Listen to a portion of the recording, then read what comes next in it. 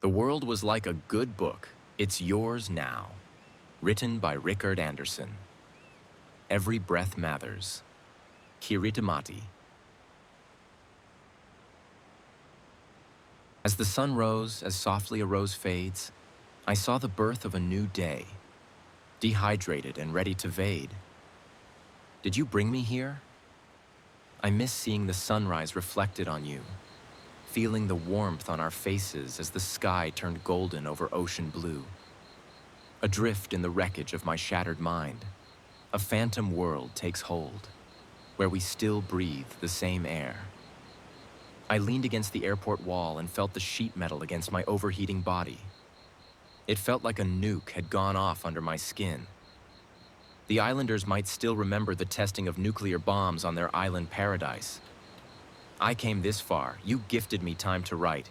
I'm not strong enough to write an ending. What is a book without an end? If I had not fallen, I would have enjoyed this moment. A flight attendant stood in front of me in the most Spartan airport. Charming, hardly any seats and no electricity. I was experiencing brief moments of pleasure in the present. You opened a door into the universe, and I felt as if every atom in my body trembled with awe. We will be boarding the aeroplane to Hawaii in 2 hours, she announced, with a soft voice. Like you once carried. I apologize for the delay on behalf of the crew. I chose my words to reflect our world, while you expressed it vibrantly in your paintings. Fiji, early 2014. We were solo backpackers drifting through hostels, some like blonde Henrik seeking sun and romance, others like ex-Navy Benjamin, scraping by on beaches to extend years of travel. Unlike them, I carried a mission, Mira, my late companion and light. My world was my green pack, stuffed with essentials and her diary of quotes. I'd walked away from a comfortable life as a football coach, fueled by poker winnings and a desperate need for peace. I wasn't seeking happiness, but answers. Why was I spared while she was taken? After months of wandering, Fiji finally reawakened my heart, reigniting the imagination I needed to write our story. Part 1. Mira. My beloved son, my eternal light. I remember how you used to lose yourself in painting for hours, your laughter filling the room as you described a brushstroke. Though I can no longer hold you, I still feel you near like sunlight on my skin. I hope your light source continues to guide me, helping me find the path I'm meant to follow. Today, I opened your notebook again, the one filled with thoughts from minds you admired. Each quote feels like a quiet conversation with you, echoing through time. 1 Savu Bay, Fiji. Wisdom quote from the book of a love that passed. Nothing to my way of thinking is a better proof of a well-ordered mind than a man's ability to stop just where he is and pass some time in his own company. Seneca. Savu, mid-January.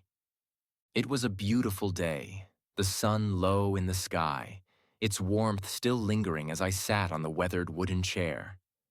The breeze from the Pacific stirred around me, bringing a sense of quiet that settled into my bones.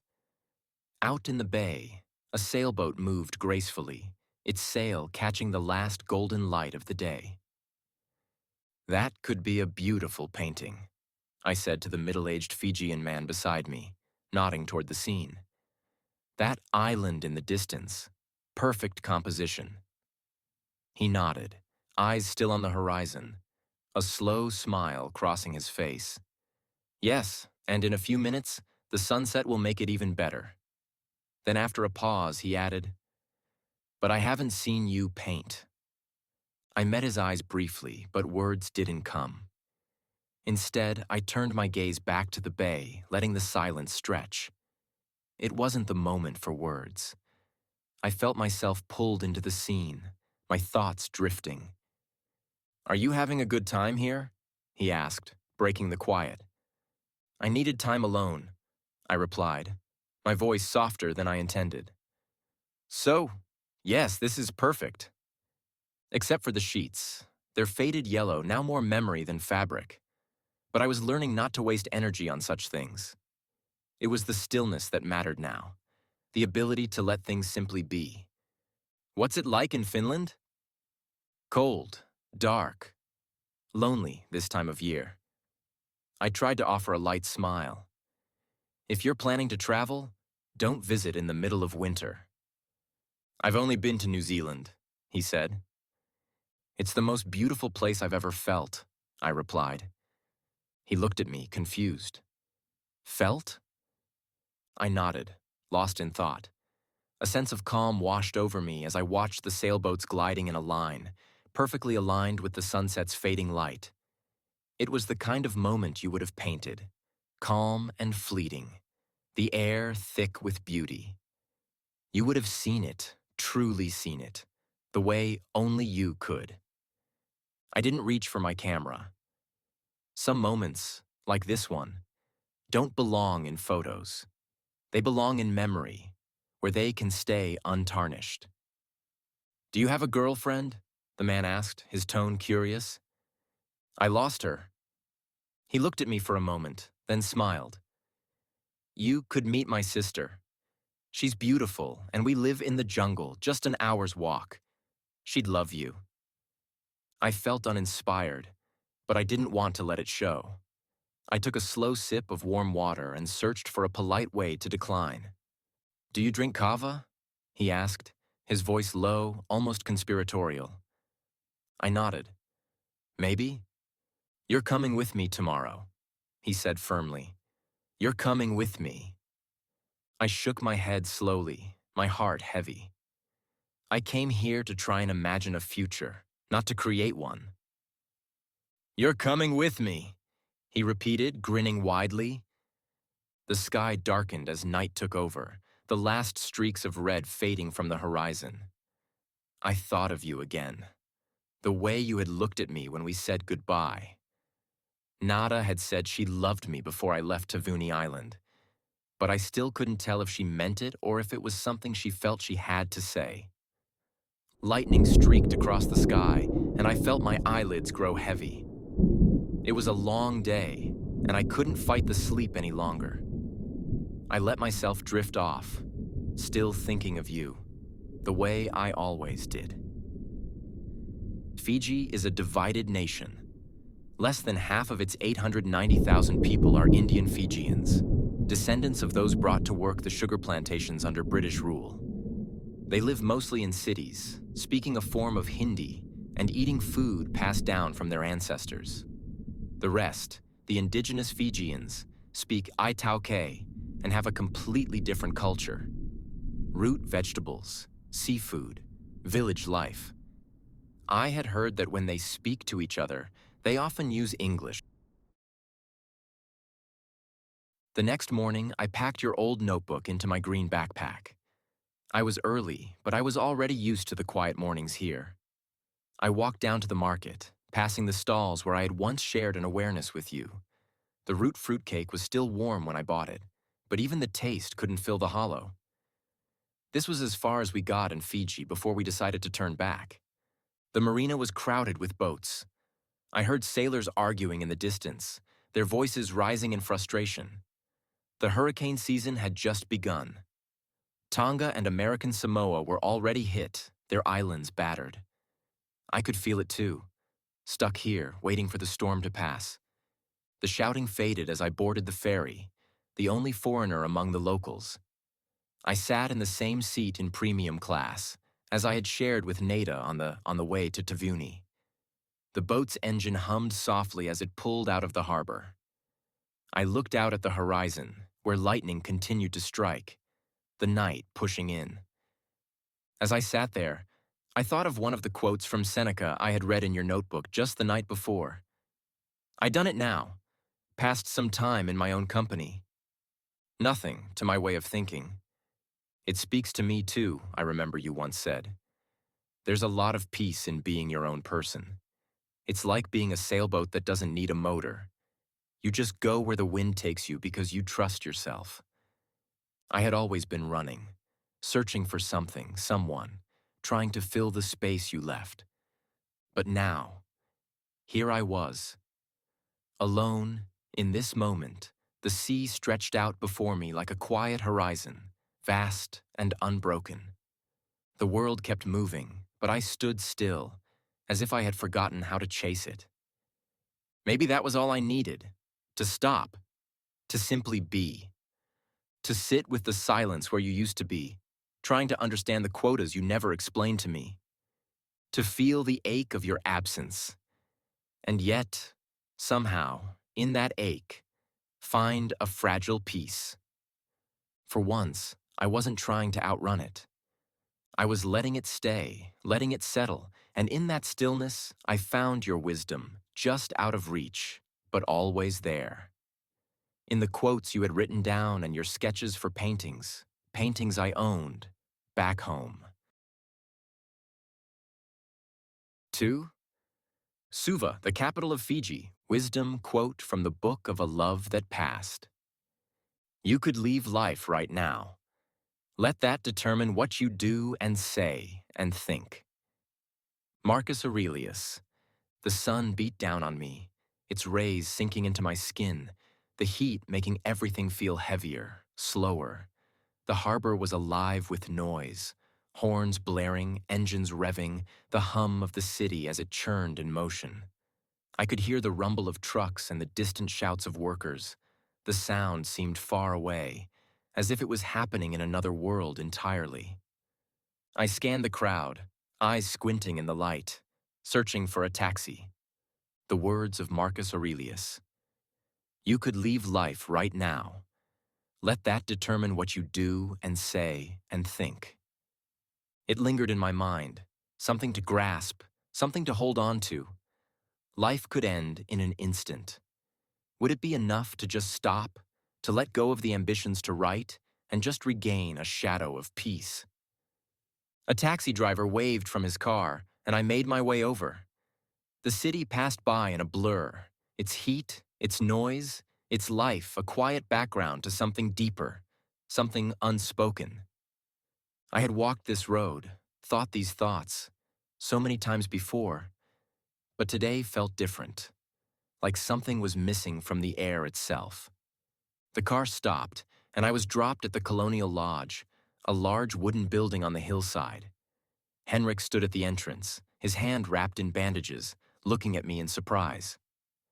I cut it open on a coral reef, he said, his voice thick with exhaustion. Fever hit me hard.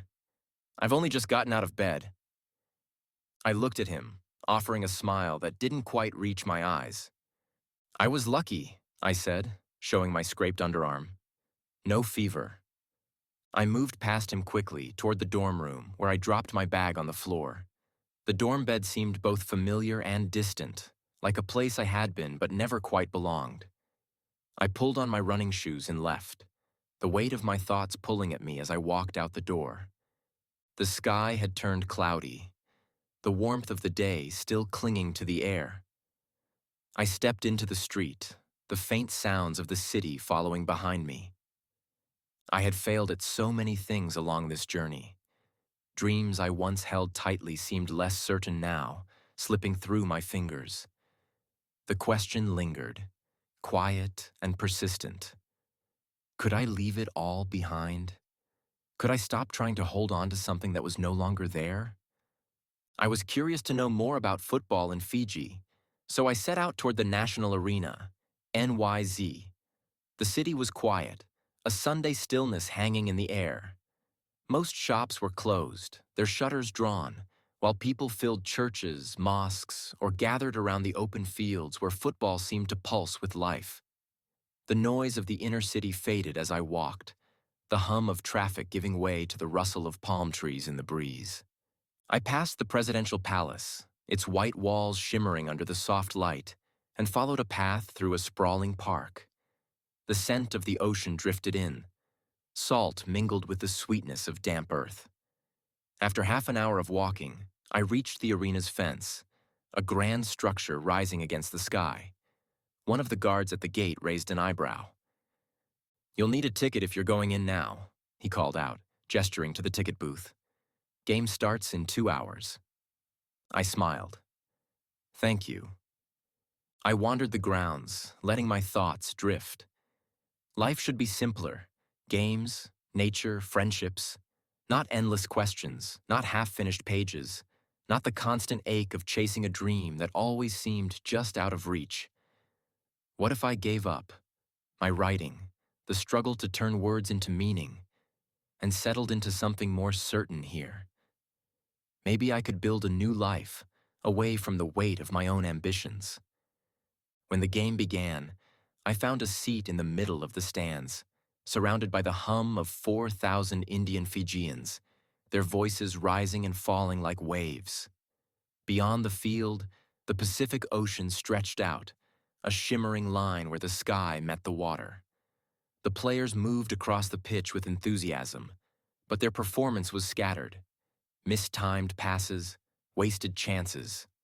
It was clear they had heart, but something was missing. A lack of direction, maybe. Or just the right voice guiding them. I couldn't help but think I could help them. A teenager next to me caught my gaze and smiled shyly. "Hi," I said, leaning closer. "Do you know when the team trains?" "Yes," he replied. "Every weekday at 6 p.m. I'm on the team, but I'm injured right now." I glanced at his leg. "How bad?" "I should be back in a month," he said, a touch of hope in his voice. Then, almost immediately, "Do you think a team in Europe would scout me?" I paused, measuring my words. "It's possible," I said, "but it's tough. If you can qualify for the Oceania Champions League or make the national team, that's your best chance. Could you arrange a trial for me?" His voice was eager, his dream so clear in his eyes. "Maybe with a European team?" I shook my head gently. "I wish I could, but its expensive clubs won't usually cover the cost of a trip like that. These days, it's all about money. Focus on qualifying with your team. That's your best shot." The boy nodded, and though his smile didn't fade, I saw the quiet resignation in his eyes, the slow realization that the road was longer than he'd hoped. I knew that feeling too well. Suva won the game 3-0. The cheers of the crowd washed over me, but I felt like I was drifting again, caught between the joy of the moment and the weight of the questions. The ocean stretched out beyond the field, endless and quiet. Maybe that was the real problem. I couldn't decide which horizon I was chasing. The next day, I found myself standing with the boy, Tom, at the training ground. He introduced me to the manager, Gurjeet Singh, a tall man with a black mustache and a red t-shirt. I told him I had a coaching diploma. He smiled. "That's more than I got." The players gathered quickly around him when he blew his whistle, and I stood with Tom, watching them train. It wasn't long before the Fijian rugby team began their session on the next field over. "This seems a bit unfair," I said, watching the rugby team train on a better field. "Why do they get the better grass?" "There are a lot of things that aren't fair," Tom replied with a tone that suggested he didn't want to dive too deep into such questions. People began to approach us, asking who I was and if I would help with the training. I told them I had a few weeks to spare, that I was just here to see if someone had a need for me. Moments later, a man in a suit came up to me, exuding confidence. "I'm the team owner," he said. "They told me you're looking for a team to coach." I glanced at him. "Yes, I've got some weeks to spare.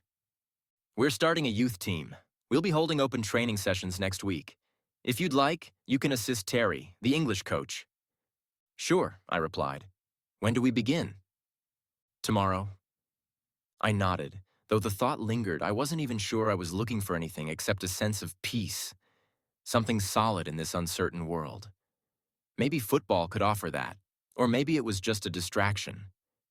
But even as I agreed to help, a part of me still wondered if I should have been somewhere else writing, perhaps.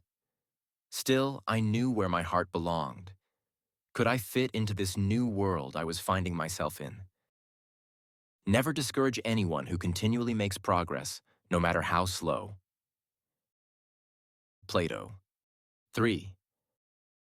Suva Training Ground. Wisdom. Quote from the book of a love that passed. Cherish those who seek the truth, but beware of those who find it. Voltaire. I was not only a dreamer, but also a seeker in my writing, because I did not know where I was going or what kind of story I was believed to tell, I thought. That the world was like a good book, and I could be the main character in it. The possibilities were so endless that I lost the theme repeatedly. There were moments when I had a feeling that it could become a work of art. 5 minutes later, I realized that it was all debris. I felt something forgotten hidden in the cosmos. Without understanding, then, days later, I was coming at it again with the feeling that I should share it with the world. It was a bit endless to be stuck on the same page for several days. Before a realization found me, I tried to understand how I could reflect on the world's living souls, those I met during my journey that carried something unique with them. I met a lot of people, but only shared the ones that I felt had a story to tell. Even with that said, I, in many cases, didn't even share their story. Sometimes I caught just glimpses of hope, feelings that seemed to show me the way, guiding me forward or warning me when I was about to take a wrong turn. Well, there is no way I can make sense of it all right now, I thought, and popped the notebook back into my backpack. Maybe someone or something will occur and guide me further. I will try to enjoy the outcome, I thought, and started wandering towards the training ground. The evening sun had set when I met Terry, dressed in a classic Fiji national player shirt covering his bear-like belly and a pair of well-used white shorts. We shook hands. Welcome. I'm going to take out a team of 25 players, and I expect it to be about 60 players will take part during this week, he said proudly. How did you end up here in Fiji? I later asked. The woman, he said. How come you're here? I'm curious, I said. I wanted to know if there are any possibilities of becoming a football coach in an exotic place like this. You will help me pick the right players, he said. This is going to go well. More players came, and Terry opened the football sack with 3 footballs. The kids started passing them around, and Terry gave training vests to some youngsters. We will get 4 teams playing each other, he said, and rubbed his hands together. I stood at the sideline with a pen and a piece of paper, mostly asking the kid's school gym teacher, what is the name of this boy and that boy? And how do I spell his name? I saw that everyone who came was thrilled, which delighted me, and I spotted a few talents. They were motivated, kept the ball close to their feet, and moved forward with pace. Darkness settled over the field like a slow tide, the orange glow of the sunset fading into a deep blue. The players were still moving, shadows darting across the pitch, the sound of their shouts and laughter blending with the cool breeze. I could barely make out their faces, just the silhouettes chasing the ball in the last light of the day. Then, a figure stepped onto the field, a tall, solidly built man, the faint light catching the logo of the Fijian Football Association on his shirt. His voice cut through the twilight with a confident energy. My name is Visaboto, and I have great news, he called out, and the scattered groups of players began to gather, their eager faces turned toward him. I want to wish you all good luck. We are here because we have received funds from FIFA, funds to educate our coaches and start more youth teams across Fiji. A ripple of excitement passed through the crowd. The kids leaned forward, their wide eyes catching the last slivers of light, and even the parents on the sidelines stood a little straighter. I believe that everyone here is as tired as I am of seeing football live in the shadow of rugby. Visaboto continued, his voice gaining strength. But that changes now. This is the beginning of something new. Youth teams will be starting all over Fiji. Applause broke out. Parents, the school gym teacher, even Terry, who clapped so hard I thought he might pull something. I joined in, feeling a quiet excitement in the air. There was something here. A beginning. A chance for these kids to be part of something bigger. As the players began to scatter, some drifting toward their parents, others still kicking the ball in the dark, I walked over to Visaboto, catching his attention. Do you think there are any possibilities to get a job here in Fiji as a youth coach? I asked, trying to sound casual but feeling the weight of the question. He looked at me, his expression shifting to something more serious. "Absolutely," he said without hesitation. "Why aren't you applying for one?" I hadn't really known where to start, I admitted, feeling a little foolish. "Well, consider this a start," he said, a faint smile on his face. "I'll be here again on Saturday. Write a letter, an expression of interest. I can pass it on to the clubs." "Thank you," I said, feeling a flicker of something I hadn't felt in a while. Hope. "I'll bring it on Saturday then." He nodded, his gaze already shifting back to the players still on the field, his voice carrying as he spoke to a few parents. I stood there for a moment, the darkness pressing in, the field slowly emptying, the laughter of the kids becoming just an echo on the breeze. And a thought struck me, a question that was both simple and impossible to ignore. If I don't go after my dream, what do I have left? I walked slowly along the gravel path, the air brushing against my skin. In my backpack, the notebook sat heavy against my back, a reminder of all the pages I had filled, the words I had written, the stories I had tried to tell. But here, under the open sky, the laughter still hanging in the air, the world seemed so much more vivid, so much more alive here. This was a chance to stop wandering, or was just another way to escape, another way to put off the truth I was too afraid to write. But for now, the darkness didn't feel too heavy, and that was enough. For Suva, Colonial Lodge. Wisdom quote from The Book of a Love That Passed. Don't seek for everything to happen as you wish it would, but rather wish that everything happens as it actually will. Then your life will flow well. Epictetus. When I returned to the dorm room at the Colonial Lodge, the air was thick with the quiet hum of tired backpackers. The beds were all full now, backpacks leaning against the frames, and a faint scent of ocean and sweat hanging in the stillness. At the far side of the room, a young man with a round face and glasses was carefully unpacking his suitcase, each movement precise, almost methodical. He looked up as I stepped in, offering a polite, tired smile. "All good?"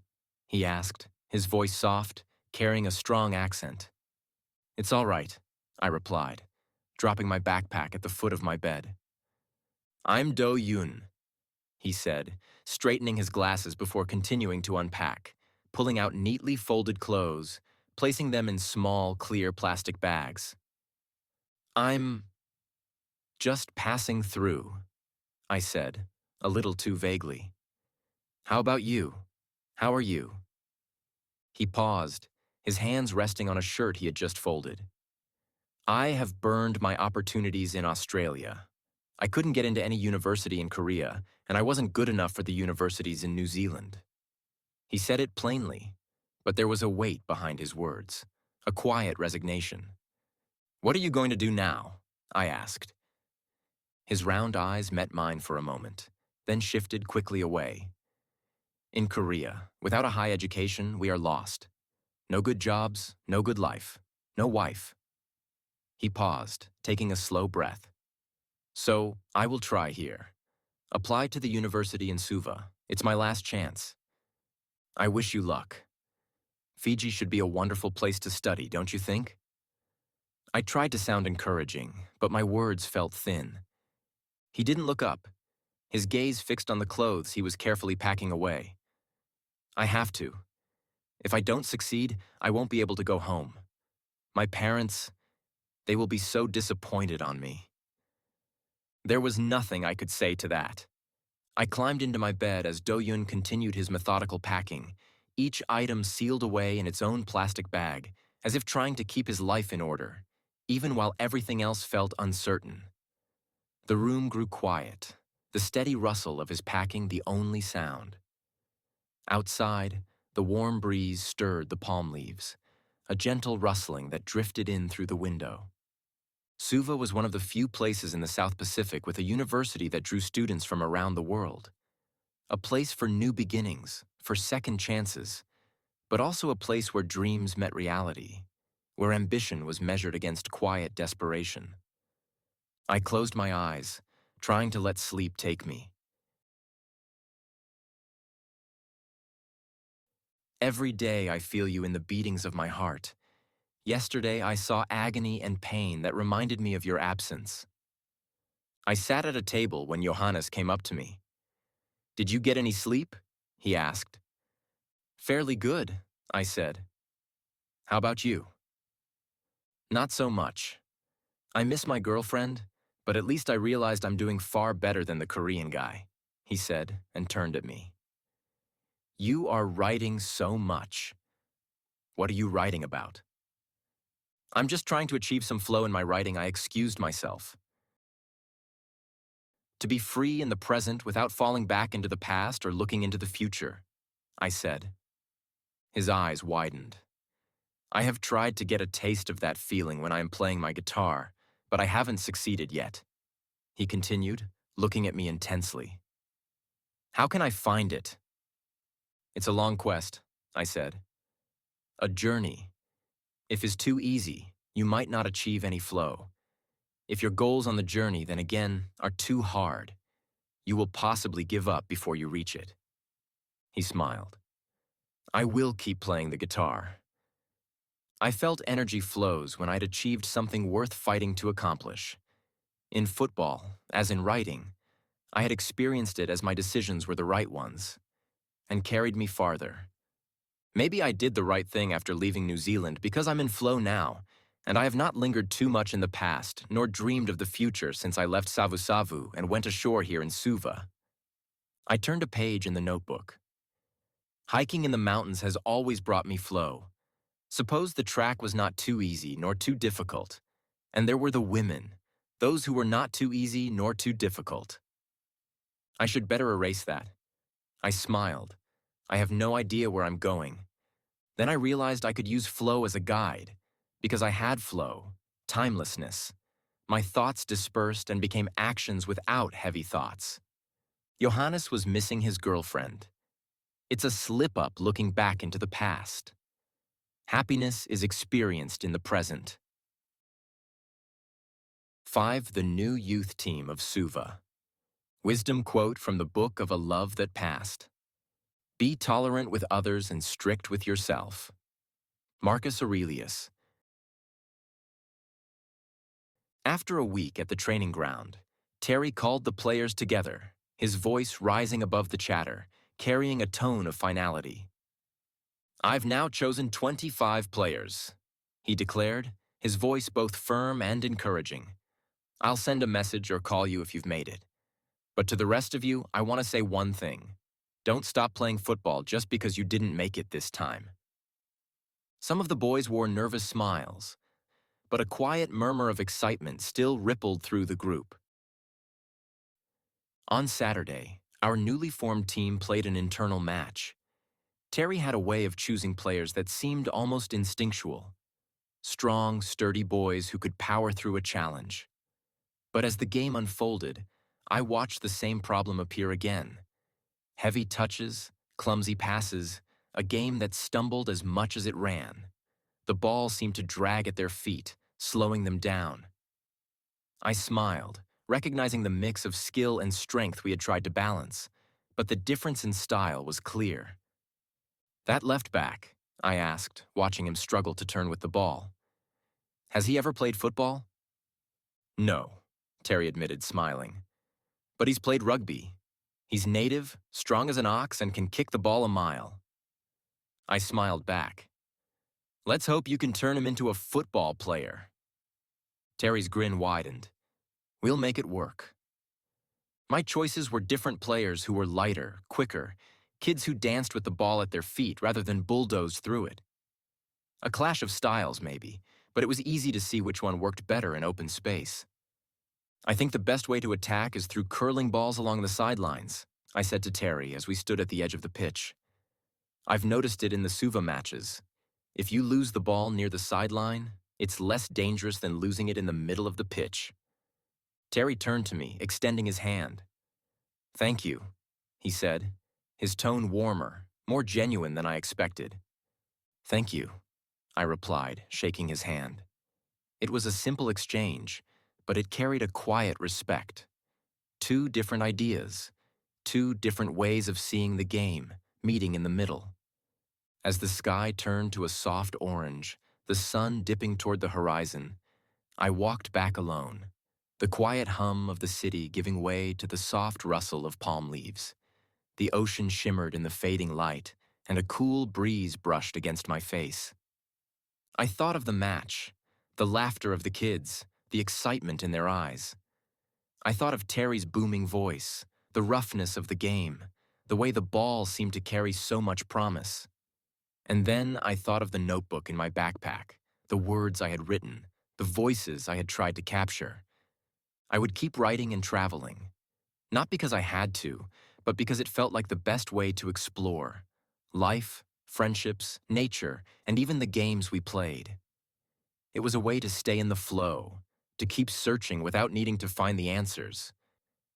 And as the sun slipped beneath the horizon, I knew that was enough. Sunday morning, Johannes burst into the room, his face lit up with an energy I hadn't seen in him for days. I got a 6-month student visa, his voice almost a shout. I need to do something to remember this day. Congratulations, I said, closing my notebook with a smile. Want to join me at the football match? His grin widened. Absolutely. We made our way to the stadium, the air warm but softened by a gentle breeze. The crowd was already gathering, the familiar murmur of anticipation rising with each passing minute. Terry spotted us as we walked in, his face beaming with excitement. He pushed his way through the crowd, a smile stretching across his face. We played against a local team this morning, he announced, almost bouncing on his feet. Won 7-2, and nearly all our goals came from curling balls near the sidelines. I laughed, feeling a quiet sense of pride. Don't make it too obvious, or your upcoming opponents will figure out your tactic. Terry nodded, waving a hand dismissively. Let them try. He smiled again, then disappeared into the crowd with his wife, his voice already lost in the rising cheer of the stadium. We found seats halfway up the stands, the view stretching over the pitch and the distant shimmer of the Pacific Ocean. The sun was warm on our faces, and a faint smell of salt lingered in the air. The game kicked off, and Johannes leaned back in his seat, a cold beer in his hand. This isn't so bad after all, he said, his voice light, his worries forgotten. He looked almost carefree, a quiet happiness settling over him as he watched the players dart across the field. Suva played with a calm confidence, their passes crisp, their attacks sharp.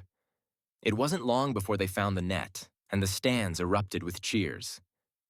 Johannes laughed, raising his bottle to me in a cheerful toast. I need to feel the rainforest again, I said, a thought that had been lingering in the back of my mind finally finding its way to my lips. I read a bit about an island not so far away, Levuka. Come with me on an adventure tomorrow. What do you say? Sure, Johannes grinned, clinking his bottle against mine. I'm in. Wonderful. I leaned back, feeling the breeze against my face, the noise of the crowd. The game played on, Suva securing another win. Being unhappy is like sitting on the sidelines while everyone else plays, not wanting to join in or even watch. 6. Levuka, the old capital of Fiji. Wisdom quote from the book, Of a Love That Passed. The impediment to action advances action. What stands in the way becomes the way. Marcus Aurelius. Old, loud, smelly diesel buses departed and embarked at the bus terminal in Suva. It was a warm day in the city center. It's going to be a relief to leave the city, I said to Johannes, sitting in the seat next to me on the overcrowded bus. Yes, what do you say if we buy a 6-pack of Fiji Bitter when we arrive at the ferry? Absolutely, I said. Anything goes down in this heat. We sat in our seats as the bus drew aboard the ferry. We were lucky because one boy was standing in the harbor. "I will give you $5 if you can find a six-pack of beer before the ferry disembarks," said Johannes. 10 minutes later, the boy came back with the Fiji bitters. We were leaning at the rail on the boat, looking out over the seaway's last light reflections, with a beer in our hands. Fijians came up to talk to us, asking where we were coming from, where we were going, and if we needed any help. "All good," we said, enjoying the moment and the warm tropical climate with the refreshing breezes. The ferry moored in a small harbor, and our bus continued towards Levuka. "It's a 2-hour ride," I said. "And we are already out of beer," Johannes replied as we felt the bus accelerating and heard the engine screaming, working on its max capacity. "One of these buses again," I said, looking at Johannes. 5 minutes later, when one passenger got off, the caravan of cargo trucks passed us on the dirt road. They were racing, and now we were behind. We could only see dust clouds from the passing trucks in the light of the headlights. Then the driver started to gain on them and overtook them. The back wheel of the bus went outside of the dirt road. I saw the upset face of the driver. Johannes looked pale and did not say a word before we eventually got off the bus. "Do you know where we can find a guest house?" I asked the champion of the bus drivers standing on the road, and he pointed toward a dark alley. The bus drew away, and we stood under the only light in a small coastal village surrounded by jungle. We saw a fish factory far away, and heard some noise coming from far. We started to walk out of the light and toward the guest house. We could not see it at first. A few minutes later, we knocked on the door and got a room with 2 beds and an open window, without a mosquito net. "Here, it's a mosquito spray," I said and gave the bottle to Johannes as he was about to go to bed. "I just bought it in Suva, so take a lot of it as we don't want to get malaria." We woke up full of mosquito bites, hundreds of them. "Damn," I said. "This mosquito spray didn't work at all." Johannes nodded. "Well, let us hope we don't get sick. I can take some bites without getting any diseases. Let us go and find an adventure now. First, we need to eat breakfast, and then I suggest we find a better place to sleep for the upcoming night." "Sure, but let's do it fast," he smiled. "And let's find out if there is any bar in this place." Eventually, we did check in nearby at the Royal Hotel, built towards the end of the 18th century. It had a neat look on the exterior, but the rooms were dusty on the interior and the paint had flaked. I learned that it was the oldest continuously run hotel in the South Pacific, and that Levuka is listed as a historical port town on the UNESCO World Heritage List. That all gave me that pure feeling of wanting to explore even more. We passed an old stone church. We were surprised to see a tourist office. The older woman behind the desk explained that cruise ships occasionally anchored here but did not have visitors most of the time. I pointed towards the middle of the island, at one of the greenest hills I'd ever seen. "Can we get to the top of that hill?" I asked her.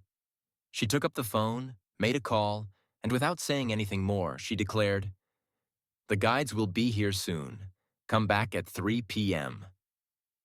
"Is it expensive?" Johannes asked. "It does not cost anything," she answered and looked at us, disappointed. "They are working for tips." We returned in the afternoon. 2 young, athletic, tall Fijian men in flip-flops were waiting for us. "This way," said one of them, and we followed them through the nearby village with small trees and bamboo cottages.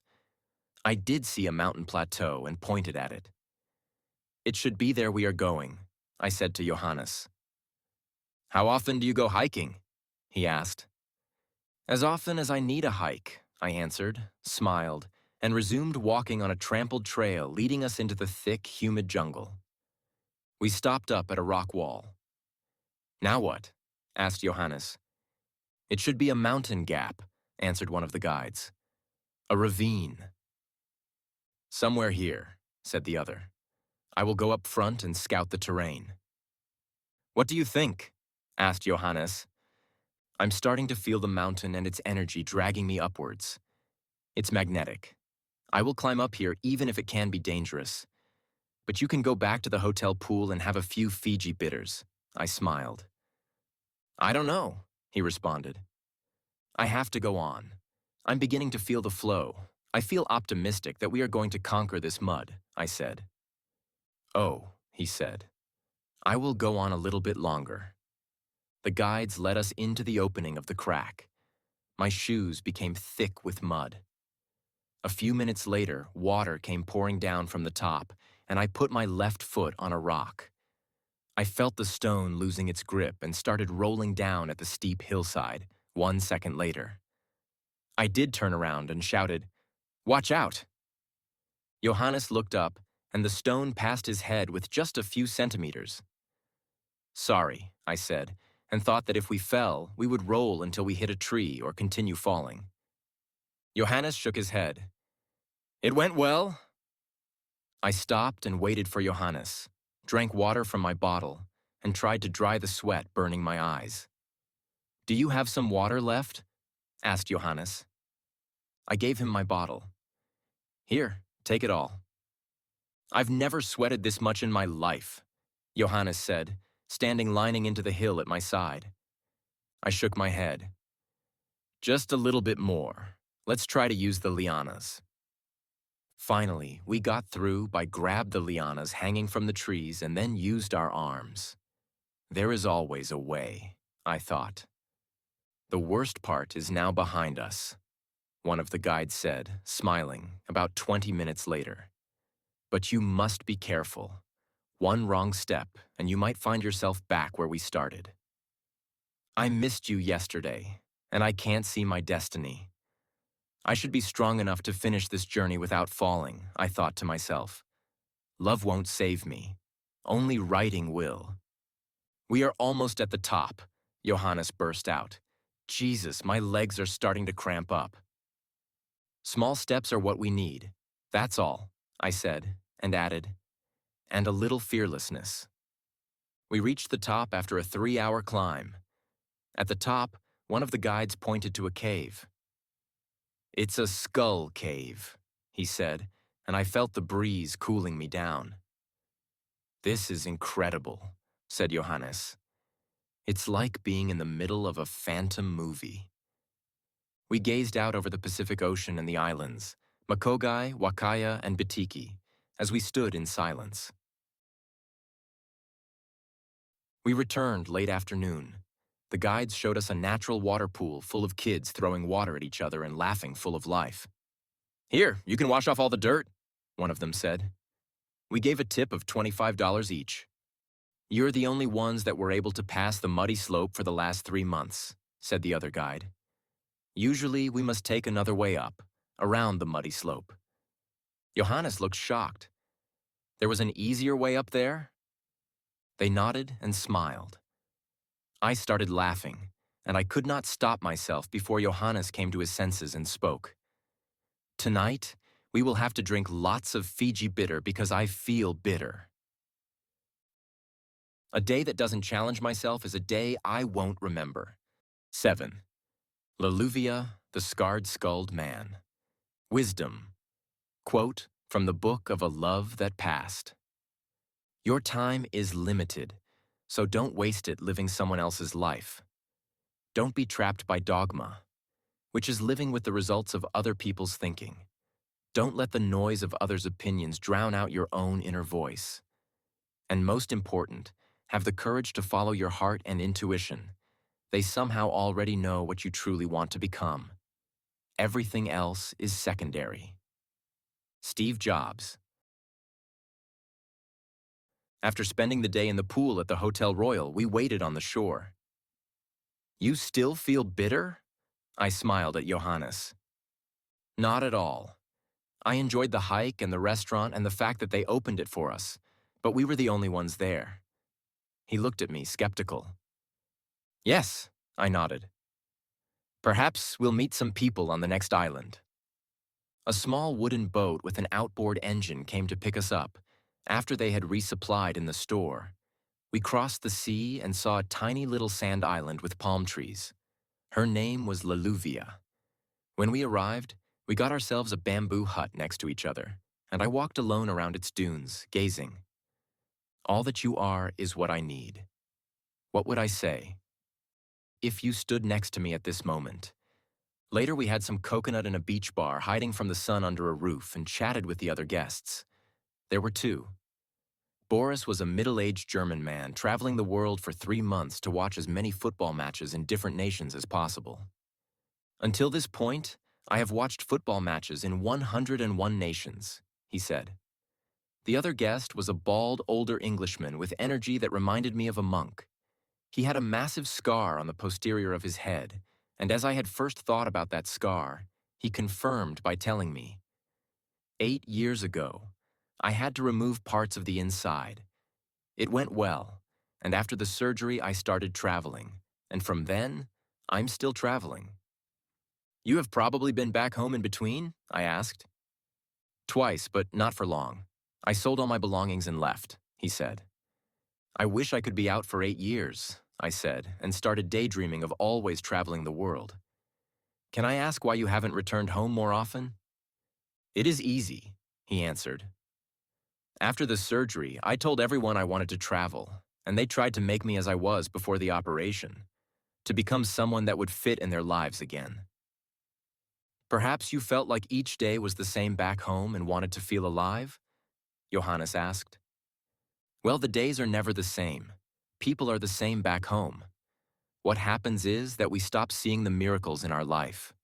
We become what other people want us to be. I scratched my chin. This is interesting, I said. Can you tell me more about how these people back home want to change our life? Well, I guess I could, he said, and sat silently for a half-minute. Then he continued. When I was your age, I was dreaming of wandering around the world. But I thought I would need lots of money, and I had nothing when that dream came. So I started my own business, became successful, and made all the money I ever needed. I couldn't find time to leave. I can see now, or I knew it all the time, that I should have found someone to manage my firm or sell it. But I did not do it initially. Do you know why? I was thinking for a few seconds. You were more afraid of losing what you already had than accomplishing what you had dreamed. Maybe you thought it would be just a foolish dream, and even more foolish if you returned home telling everyone that traveling wasn't my thing after all. He smiled big. You are good. I tilted my head and smiled back. I spend some time thinking. He nodded. Well, it is more, he said, took a sip of his coconut, and continued. Dreaming is important, but when you get older, if you don't go after them, your dreams can start to fade. People near you want you to be like them, and they want you to be responsible and whatever. You get my point, don't you?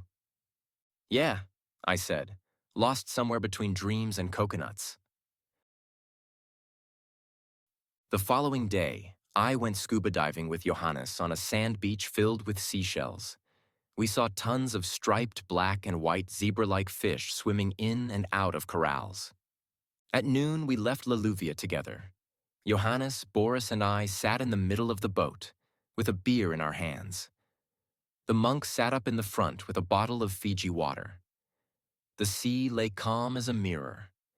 I could feel the Fijian island's beauty with the endless Pacific Ocean surrounding us, as I had felt for New Zealand's mountains.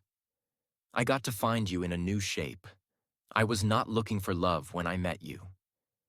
Johannes sat to my right and smiled big. We have to go out tonight, boys, right? Let's do it, Boris replied. The boat driver left us off near a road in the jungle. Just stop a car and tell them you want to go into Suva, he said. Someone will stop over. Lucky we got beers with us, said Boris, and we all took off and said goodbye to the boat driver. Well, I said 1 hour later, should we try to call a taxi? The monk called a taxi, and we all went to Cardinal Lodge. Sometimes I got lucky. Like when I met curious and prosperous people, our meeting made writing easy.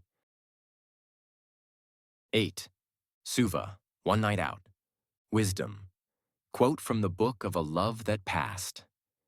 If you are distressed by anything external, the pain is not due to the things itself, but to your estimate of it, and this you have the power to revoke it any moment. Marcus Aurelius. We drank a few Fiji bitter at the lodge, together with Susie and Do-yoon, who still had a stony face. "Relax and enjoy Fiji. Enjoy your life as a student," said Johannes, poking him and raising his beer bottle to him.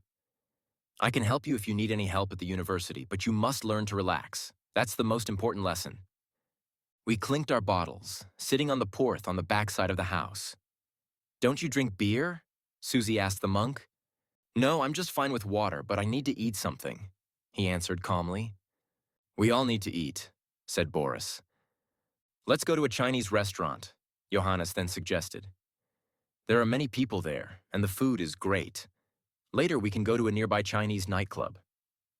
Susie stayed while the rest of us were wandering out in the streets. Johannes, Boris, and I walked up front and discussed the upcoming Champions League of Oceania, which would start in 1 month and be hosted here in Fiji.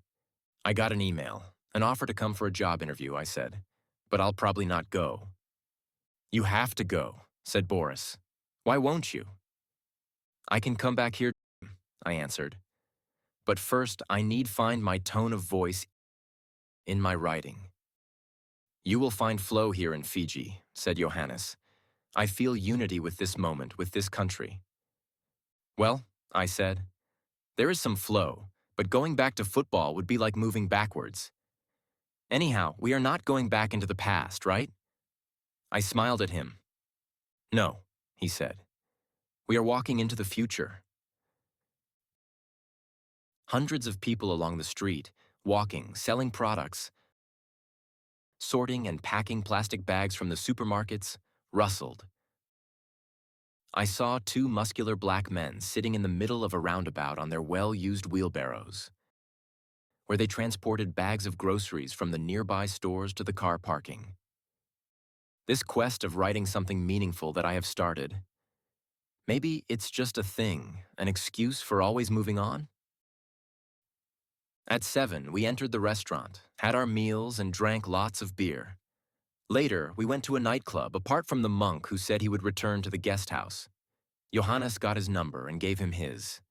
"If you change your mind later, just call," he said. Do-yoon was still tranquil, but we did not mind. Boris and I were experienced travelers, and I could see that Johannes was about to become one. People came and went in and out of our lives. Still, the memories of that kind of gathering always stayed. The hours passed at the nightclub, and we talked about our best stories over a round table. One sort of good-looking Chinese woman came to us and started talking. I was suspicious, but smiled when she sat on Do-yoon's lap, who bought her an energy drink. Boris kept talking about his adventures. "All you have to do is say that you are freelance journalists," he smiled big. "And a seat at the media stand is yours. Usually, they serve food and beverages for free as well." I shook my head. Maybe I should become a freelance journalist. I laughed out and saw that both Boris and Johannes looked towards the bar. I turned around and saw lots of Chinese women with long, shiny black hair, naked legs in high heels, and stretched leather dresses. "I will start here tonight," I said, took a sip, got up, and walked to the bar. "I am a freelance journalist. So what kind of game are you playing, and how come there are suddenly so many Chinese people here in Suva?" "How about you buy us an energy drink and we can talk," one of them said. I lifted 4 fingers to the barman. When they got their drink, they all smiled, satisfied, and so did I when I got the bill. Drinking was not expensive. More or less, the bars added 1 Fijian dollar at every bottle they sold, from the price in the grocery stores. "We are about 8,000 living here," said one of them. "Almost 1% of the population. We are coming here to work on the roads," a woman with intense eyes said as she drew a line with her finger, starting from my chest to the way down. I went back to the table and looked at Johannes. "Well, after some research, I found out they all are for sale," I said bitterly. "Let's go." "Let's go," replied Johannes. "I know a sports bar. It's almost midnight, so maybe we will meet some locals there." We went to the sports bar, but we just sat in the bar looking at a football game, and nothing unordinary happened. Later, we jumped into a taxi, and Johannes sat in the up-front passenger seat. The Do-Yun sat in the middle, smiling and giggling, enjoying the loud music. "Welcome to the jungle. We got fun and games. We got everything you want, honey. We know the names. We are the people that can find whatever you may need. If you got the money, honey, we got your disease. In the jungle, welcome to the jungle." I leaned against the door window and saw Johannes speaking with the taxi driver. After a few minutes, the taxi stopped in a dark alley, and Johannes went out. "I thought we were going back to the guest house," I asked, confused. "He is going to buy rolling paper," said Do-Yum, speaking more confidently. Johannes got back again into the car. I asked the driver to lower the volume on the stereo. "Where are we?" I asked. "I have talked with the monk," Johannes said. "He got smoke but no rolling papers, so we need to find some." I smiled. "How come the dealers are not selling roll paper?" No one could answer. "Perhaps the taxi driver knows someone who sells paper?" Johannes asked, and gave his friendly smile to the taxi driver. He nodded and turned the taxi around. 10 minutes later, we were moving slowly on a gravel road. Outside was utterly dark, and the only light we could see came from the headlights. The taxi meter was ticking, and its numbers gave a red light inside the car.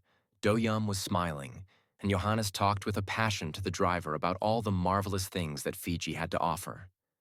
I bit my lip. It did not help at first, so I had to bite even harder. Finally, our taxi stopped, and we were nowhere. All we could see was a little bamboo cottage. Johannes and the driver left the car and knocked at the door. 1 minute later, a lamp over the door lit up. I looked at my watch. "Dear God, it's 2 a.m., I said, and looked again at the door. A newly woken man had just opened the door of his home.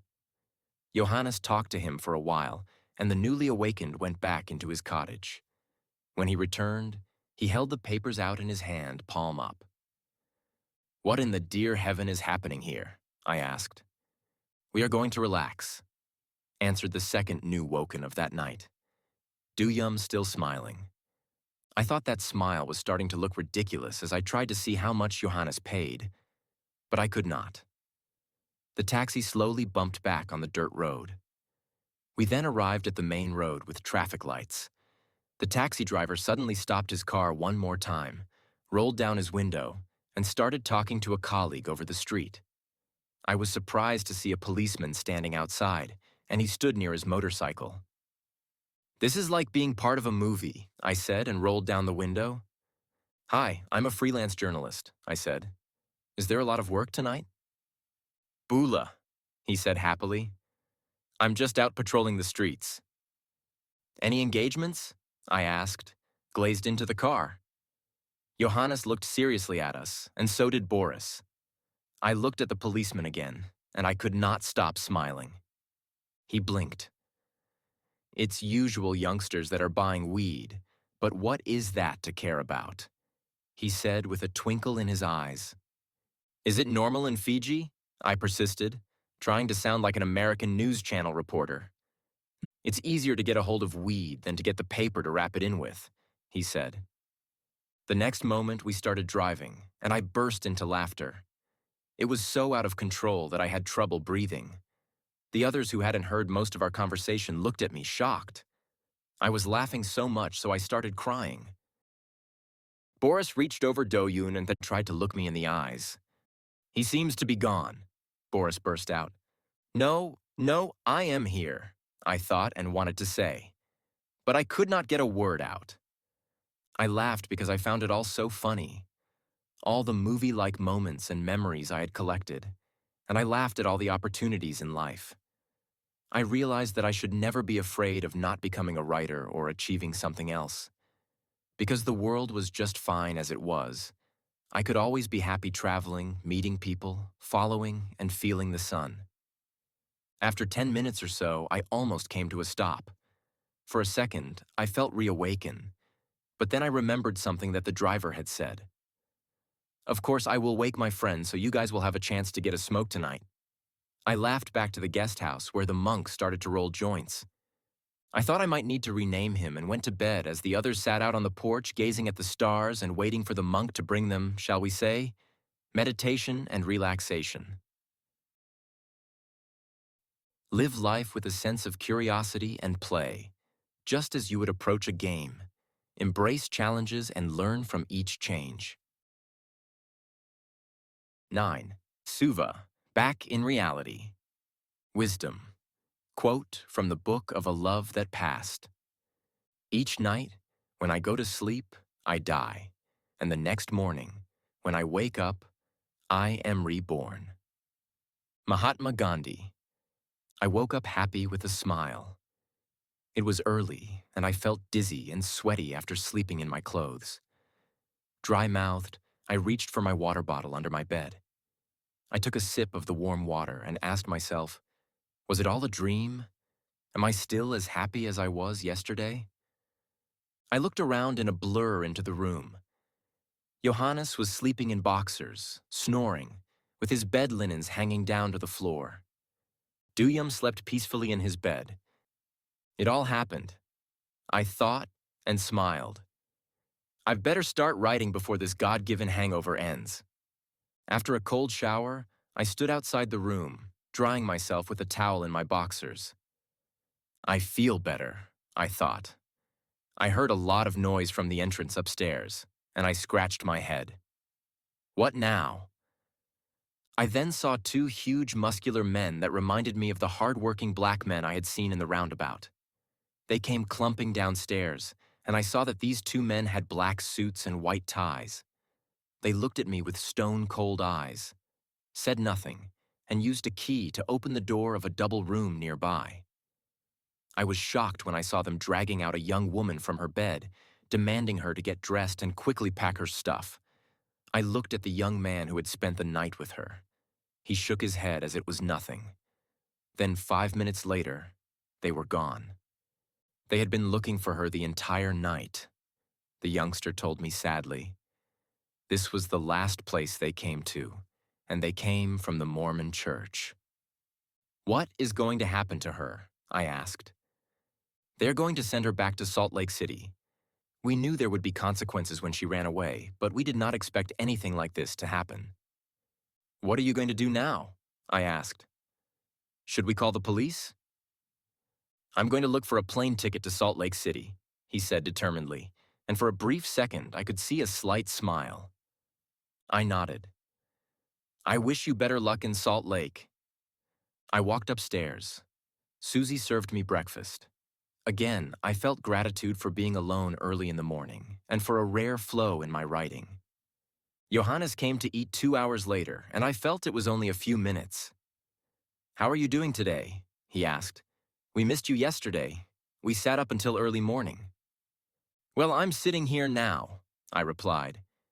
You missed a circus. I can tell you 2 priests came here to get a girl that had run off from the Mormon church. Poor girl, he said. I nodded. At least the girl gave it her best. Later that afternoon, the monk stood at the kitchen sink. He had Susie's apron around his trim waist, and in each of his hands, holding a lobster in like a strange offering. Do you want some lobster? He asked. Susie stood off to the side, eyeing the bubbling pot with a skeptical glance. He used the entire kitchen, and I did not know what to say. Maybe later then, I replied. You might as well, he said. Enjoy all that life has to give you. I only paid $40 for 5 of these, which is a bargain. I do not take no as an answer. The monk then dropped them down in the boiling water. I am a good swimmer and like swimming between islands. I nodded carefully. Here in Fiji? I asked. Yes, he said and smiled. The salty water makes it easy. Then I can turn around and rest floating on my back after a few hours. You keep surprising me, I said. It is nice to float around. The weather is good, he added. I also do long hikes as you do. I am going to start a week-long jungle expedition. Would you like to join me? Sure, I said. But wait, what about the mosquitoes? Are they not troubling you? Not at all. I empty a mosquito repellent on me. I smelt the aromas from the lobster in the kitchen. Sure, when are we leaving? At noon tomorrow, he said. I plan to take a bus to the middle of the island and stay there overnight, then start early the following morning, about 5 a.m. Susie looked at me. If you want, leave some of your belongings here. Tomorrow then, I said and scratched my forehead. I need to start packing. During the lobster dinner, Boris told us he planned to go to Nausori tomorrow to see another football match. This is where we are going, said the monk. Let us share a taxi. I am coming to the game, said Johannes as he tried to open the lobster claw with a knife. This is the first time I've ever eaten lobster, he added, and took a bite of the juicy lobster meat. Gold is a heavy anchor that promises safety, but only drags the soul into the dark. True freedom is the light vessel that needs nothing but the wind to be whole. 10. Nausori, a Yankee with a scar. Wisdom. Quote, from the book of a love that passed. The wealth required by nature is limited and is easy to procure. But the wealth required by vain ideals extends to infinity and offers no end to a man's labor. Epicurus. We left off the monk at a guest house outside of Nausori. I'll see you tomorrow at 5 a.m., I said to him. Then we continued with the taxi into the small city center with gray and dusty streets. The taxi bumped into an asphalt road. Everything is dirty here. They can't be cleaning the streets, Johannes said as we passed gas stations and some essential stores. It was the first city of this kind, on this trip. This is almost what the inner lands of Vietnam look like, I said. Boris nodded. It reminds me of the smallest industrial types of towns in Vietnam. Well, said Johannes, as long there is a bar here to warm up, I'm happy. We founded a basic restaurant with plastic chairs and tables, and we had a few Fiji bitters before we walked into the arena. Boris had some trouble getting his ticket as a souvenir. We need to tear it, one guard kept insisting. Otherwise, we cannot let you in. Boris grimed and showed his self-made media ID card. They gave him a whole new ticket. When the match started between Rewa FC and Labasa, a local Fijian man came to us. Are you going to write about the game? He asked. Boris will, I said, smiled, and pointed at Boris. He kept asking Boris questions, and after about 20 minutes, the man came and sat at my side. Your friend told me you have been coaching a new youth team in Suva? I responded to all his questions until the referee blew his whistle for halftime. A few minutes into the second half, a strange-looking man with a vast Z-shaped scar on his face came and sat next to us. We greeted him. Not so often. We got international reporters out here in Nausori. He said. Well, I said, we are not here to write anything. We are just on a holiday, said Boris. And I am just a student, said Johannes. I don't write. Is it okay if I drink a beer with you guys? The Z-Scar man asked. Yes, I nodded. After some cold talk, he asked, have you been to Cambodia? Boris and I have been there, I answered. When I was there, my daughter got raped by 6 men, he said with a rough voice. When I heard of it, I took my rifle and looked for her. I found them after 3 days of searching. They had parked their van near a lake, and I went up, pointing at them with my rifle. We all sat in silence. They were standing there quietly without moving an inch. I called the police on my satellite phone. I nodded and had no clue what to say. He continued. I had my finger on the trigger all the time, but the police came and took them. In their van, they found a Kalashnikov with lots of knives, drugs, and Rohypnol. The police would never have caught them if I hadn't acted alone. So, we need to take action. Don't expect someone to help you out if you get in trouble. So, are they in prison? I asked. They got 8 years for the drugs and the arms, he said sadly. My daughter was not strong enough to point them out to the prosecution, so they got away with the rape.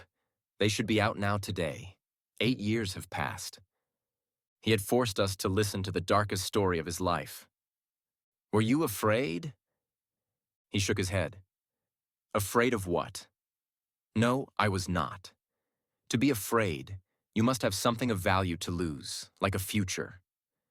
I had only my daughter, and at that moment, I had lost her.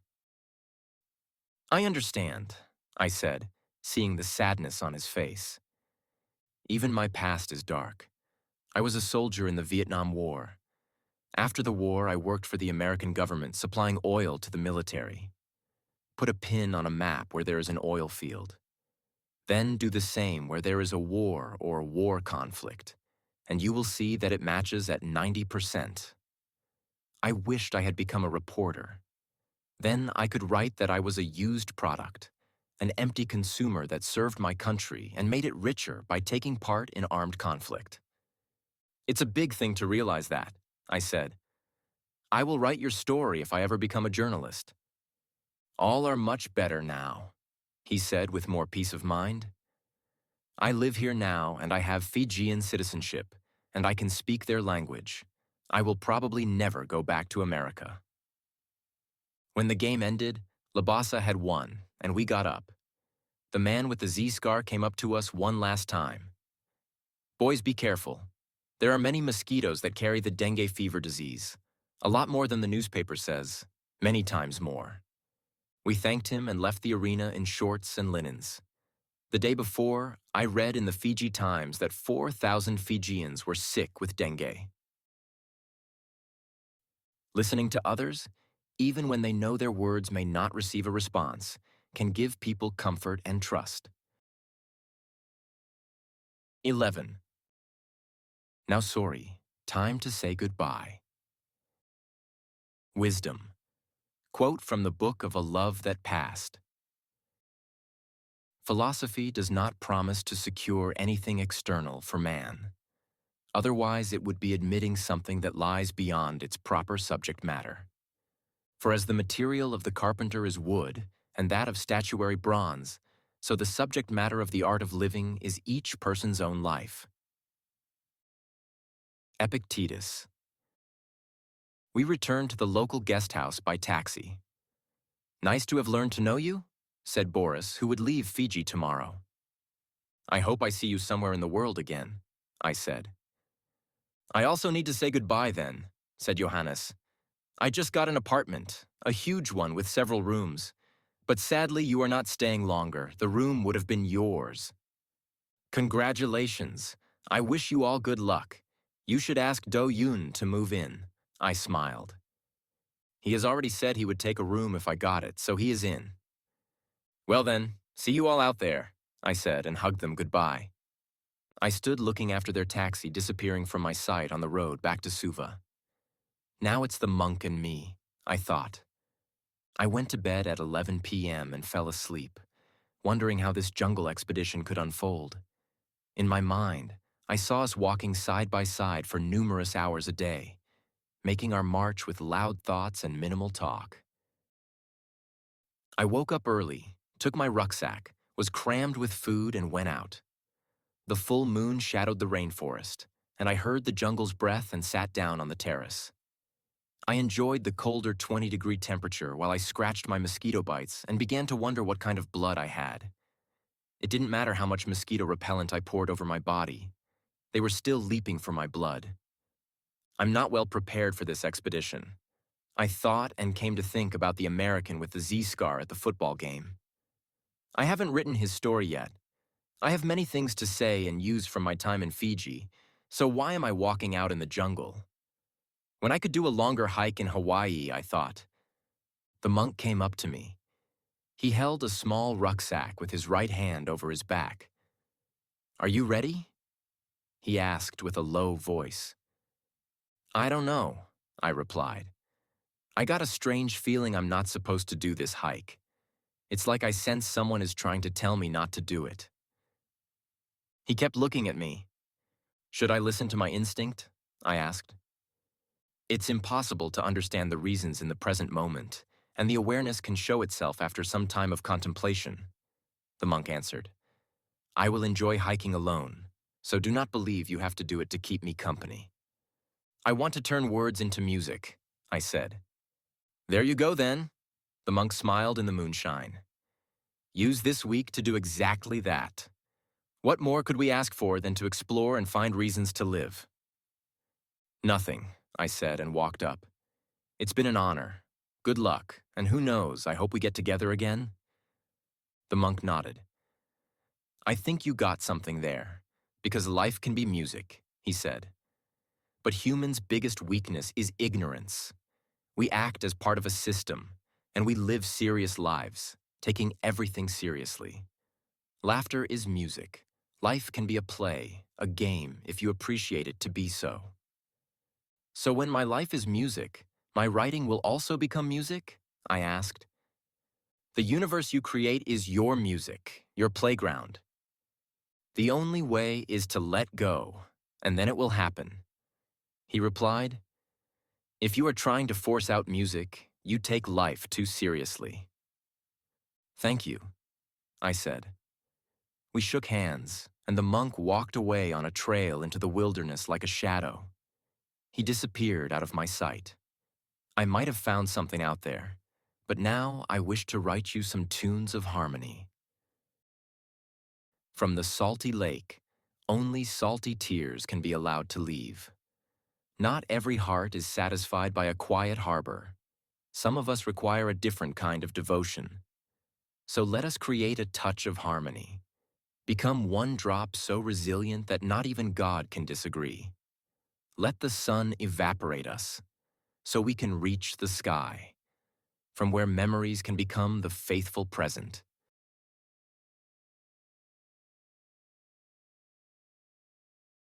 "12. Suva, a surprising encounter. Wisdom, quote from the book of a love that passed. You are a function of what the whole universe is doing in the same way that a wave is a function of what the whole ocean is doing. Alan Watts. I had returned to Suva. As I walked from the bus station to the Colonial Lodge, I kept thinking about turning writing into more rhythmic music alike. Before I left Nausori, I had spent some time writing and figuring out the music-like rhythm. I should keep my eyes open and my ears sharp, and I heard two older ladies asking for help as they walked toward me. They stopped at the entrance when I was about to open the door. "Hello?" they said, and asked, "Is this an excellent guest house?" "Best in town," I smiled. "I have been staying here for several weeks." "Oh," one of them said. "So, do you know where we can get some cannabis?" My jaw dropped as they reminded me of the upper-class fashion in the Titanic movie. Long, elegant dresses and sunbonnets. "It is not strange that we oldies are smoking cannabis," the other lady said. "We are retired and are coming from American Samoa, and in America, it is legal to smoke weed in some states." I scratched my chin. "Well," I said, "I had some friends that smoked, but they all left." "There has to be someone here that we can ask." She kept trying. "Smoking is not my strong suit, but I guess you can ask the taxi drivers." "So, what is your strong suit?" I heard a familiar voice asking me from the street. I saw the ladies walk in. I turned around, surprised, and felt my heart beat faster with an unusual rhythm that I hadn't felt in a while. Her eyes glistened, her lips smiled, and her long black hair shone. "Nada," I said. "How come you're here?" "I hold lectures at the university." She kept smiling. "I was about to ask you the same. Were you not supposed to go to Tonga and American Samoa?" I hugged her. "Nothing has gone as planned," I said. "Because of the hurricanes?" "Yes," I nodded.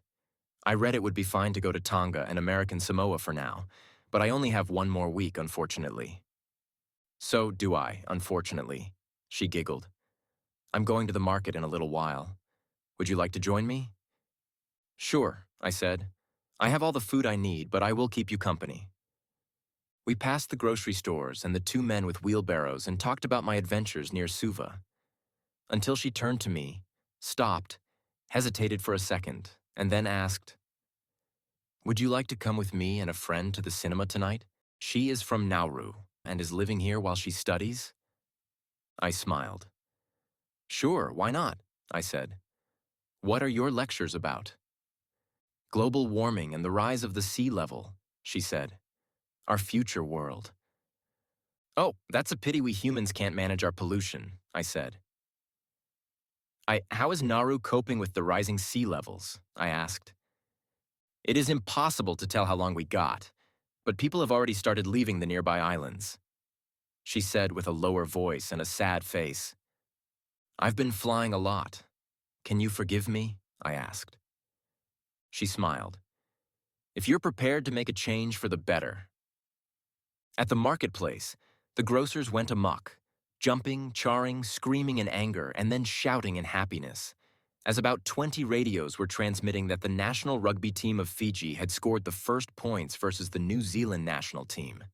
Nada tried to order a few mangoes but got no attention. How could I make a difference? I asked. If you start today and keep trying, I'm sure you will make a difference that matters. The older lady sitting on a chair listening to the match did not respond, but Nada brought her to life after several tries. Finally, she gave her the mangoes and some other fruits. I already have given up, I'm afraid, I responded a bit later as we walked back. Nada made a few small nods. But we all have to try. She seemed to believe that I could make a difference and become a recruit. I smiled. Yes, we can all do our best, but greedy men rule our world, and there is nothing we can do to change that. Or is there? She didn't answer. It is great that you try and that you are a believer. But can you help me understand how the 50 richest men in the world own more money than the poorer half of the planet's living souls combined? I can't, she answered. I had started to sound melancholy, sad, and boring, but apparently Nada thought differently from me. So as we returned to Cardinal Lodge and sat down on the porch, I felt empty for a time until Nada asked, Are you ready to make a difference, or at least to try? I looked at her. Why is she still smiling at me? I thought. What can I say to make her realize that I am not a believer like she is? These 50 men can buy all the media houses they desire if they do not already own them, I said, feeling a little irritated with myself. Maybe a new generation of politicians will rise and change it all, she said. I hope so, I answered. In the dark, we walked down to the city center. Nada's friend from Nauru, same color, but not so athletic nor rhythmic in her speech as Nada. She was waiting for us outside the cinema entrance. Nada bought tickets, popcorn, and soft drinks for us, and then led us into the saloon. Her friend walked in after her. We sat down. I should not sit in the middle, apologized the friend and moved. You should sit together. Nada smiled, and before I said a word, she moved her seat and sat next to me. What are you thinking about? Nada asked with a smile beyond this world. Art, I replied with some hesitation, and she asked what kind, and I could not find any words. So after a few seconds, I said, You probably know what I'm thinking about. She shook her head and did not ask more about my interests in art. Instead, she took my arm and held me close to her throughout the movie. At the break, Nada went to the kiosk. Her friend turned to me. Do you like her? I hesitated a moment. Nada is lovely, I said. But? She didn't like me so much the first time we met, that's all. You should give her a new chance. I can see that she likes you. Do you like her? I asked. Nada is our hero. Thanks to her, nations are listening to us. She is the last hope if we want our nation to have a future. I nodded, and we sat in silence until Nada came back. After the movie, we walked out. Now what? Nada's friend asked. I'm hungry, I replied. Let us find a restaurant, Nada smiled. We went to an Fijian restaurant with more than 50 full tables and a local rhythmic music band. I was about to suggest we move on, but Nada went inside and spoke with a waiter, and we got a table in the corner. We ordered fish dishes and a bottle of white wine. The atmosphere in the restaurant was contagious. They are celebrating her 21st birthday, and that's the age you should move out from your parents here in Fiji, Nada explained. The young lady that we celebrated had a long white dress that, in my eyes, looked like a wedding dress. But there was no groom by her side. She walked alone in elegance, almost hovering over the floor. It was all so delightful, I thought, and felt gratitude for being able to take part in the company of Nada and her friend. "Shall we go to a karaoke bar?" the friend asked after we finished our dinner. "We have to," Nada replied and looked at me, smiling with her glistening eyes. I smiled. "Sure, as long as I don't have to sing." The rhythm in the karaoke bar was calm. I saw a few indie Fijians sitting around the bar disc. We sat down on one of all the couches around a table. Nada sat next to me as the barman came up and asked what we would like to drink. "A jug of rum and coke," said Nada's friend, and started to browse through the songs in what looked like something like a well-used Bible. "So, how is your writing going?" Nada asked. "Not so bad," I said, and tried to find more words. "I wrote a children's book once," she smiled. "But it never got published." "I'm sure you can remake parts of it and get it published one day if you take the time." "No," she said fast. "I enjoy reading, so I will keep doing that." "But if you had the chance, what would you write?" "If I wrote a book, I don't have time to do it. I would make all the people I met and let them represent something of me." "That's good," I said with a tilted head. "I can do something like that." "What are you writing about now?" Nada asked. I let the silence settle for a moment. I want the readers to feel a pulse behind the words, to hear the music in the everyday as they read. My hope is for them to stumble upon new insights and, if only for a few pages, step outside the frame of their ordinary lives. Nada smiled big. "Are you a believer?" Nada's friend said she would sing and went up behind the microphone stand.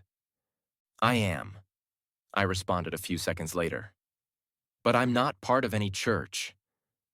Nada looked at me surprised. "Are you a believer or not?" she repeated. I could see that she was a religious soul. "I want to lay you down on a bed of roses, for tonight I sleep on a bed of nails. I just want to be close as the Holy Ghost is and lay you down on a bed of roses." Nada turned around and looked at her friend. She sang with a clear tone. "How many gods are there?" I then asked Nada. "A lot." "Well, now there is one more." She looked at me with a worried face. "Are you saying you're a god?" I shook my head. "No, I am just a believer in a God that does not yet exist in any written book." "So, who is your God?" "It is a kind of universe or the goddess of the darkness. Her eyes are, though, full of lights. They remind me of burning stars that allows creating life." Nada looked happy. Some time passed, and eventually all tables got taken, and we listened to several love songs from Nada's friend. We then saluted for my confession of faith with more rum and coke. Nada smiled at me. "You should come with me to Nauru," she said, lifting her arms. "We could go fishing and catch the biggest fishes together." "Do you think so?" I answered. Nada smiled at me through the rest of the night. Finally, at 2 a.m., we had 3 empty jugs on our table. "We need to dance," I said, and Nada took my hand. I felt her breasts hugging me as we moved around, floating over the dance floor. It all felt so good for a while until I started overheating half an hour later. "I need to get back," I said. "Can we not stay a little longer?" "I feel dizzy," I said. "I have to go." Nada then said goodbye to her friend in the bar. We took a taxi and ended up outside her room. "I stay here," Nada said and pointed at the room where the loving couple from the salty lake had spent a night. "Thank you," I said, kissed her on her cheek and turned around looking for the dorm room. Nada stood looking at me. "Would you like to sleep with me?" she asked nervously. "Yes," I said. She took my hand, led me in, and then stood beside and waited on me. I felt so dizzy, so I sat down at the bedside. Nada's hands traced my face in the dark, her touch like a slow drawing in the shadows. When she finally found my lips, she started kissing me. First, gently, a few seconds later, I felt her tongue with an urge and passion. I answered her with a desperate intensity of my own. "I'm on fire," I whispered against her skin, the words caught in my throat as I stripped away my clothes. I reached out to help her undress, our movements hurried and breathless until we finally sank back onto the bed.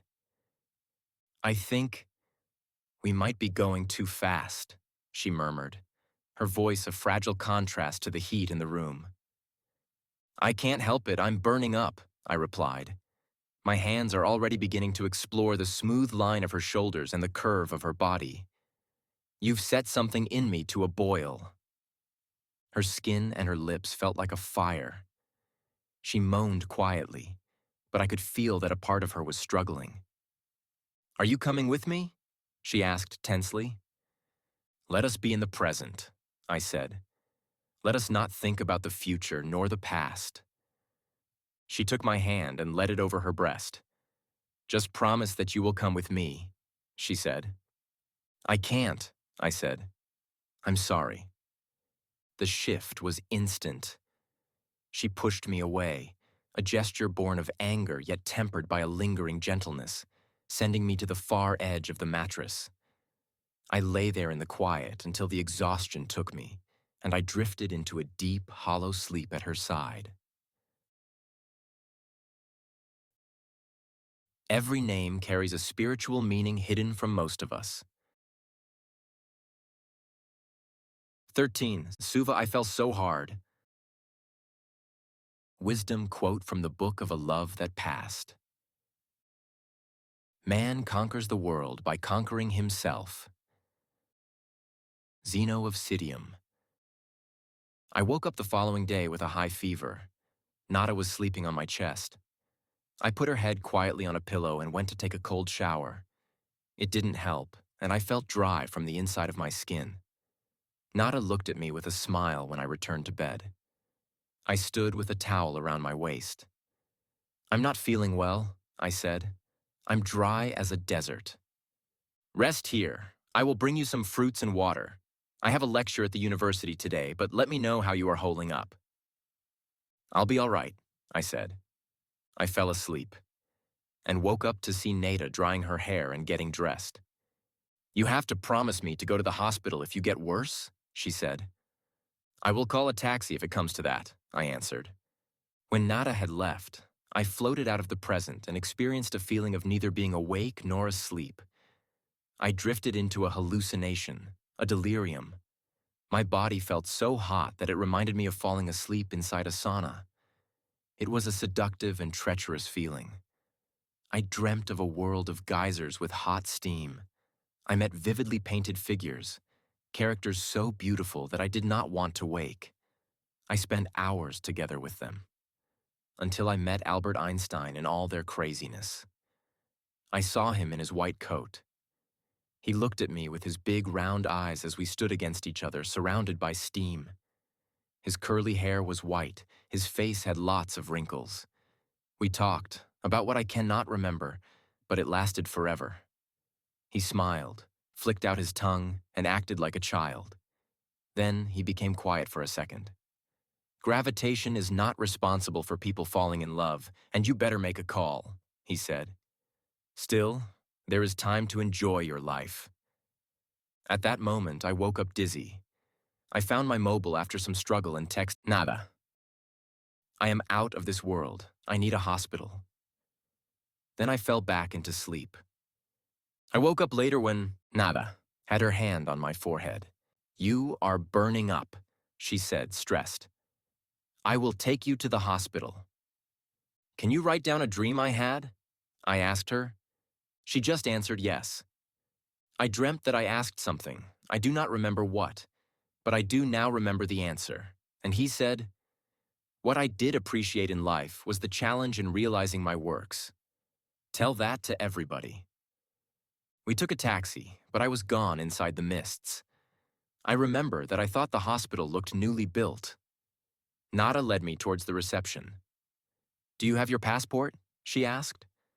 But I was not strong enough to answer. She took off her arm from me and started looking in my pockets. My knees gave way, and then I fell to the floor. I landed hard with a big bang and felt like I had gone through the floor. The last thing I came to remember was a welcoming chill from the marble slabs against my chin. Down here I can stay, I thought as my pulse was too weak and my heart was not strong enough to transport blood through my veins. If I had been anywhere else right now, I would die. Perhaps I die anyhow, I thought and came to feel you. I will meet you now. Yes, this is how it all will come to an end. Then I saw black notes float around me. They followed locomotives like train wagons. I could hear the melody so clearly. All along it was a fever, a cold sweat, hot-headed believer. I threw my hands in the air, said, "Show me something." I saw what I written. The notes kept floating, and I felt ready to leave this world behind.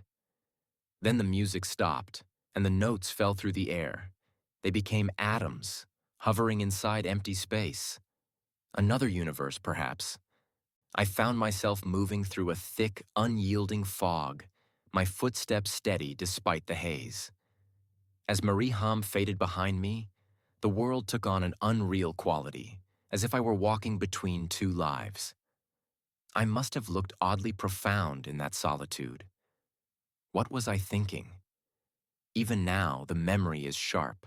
I had decided then and there to stop grieving your death. I promised instead to build something new, to weave you into the very fabric of my words. The beginning felt foreign. I was no longer the man who had started this journey. I carried the heavy cargo of our past, grave memories that mirrored the gray world around me. My bitterness was not for you, but for the fear that I might fail the promise I had made to myself. I was captivated by her music. We danced, we flew, and then I tumbled.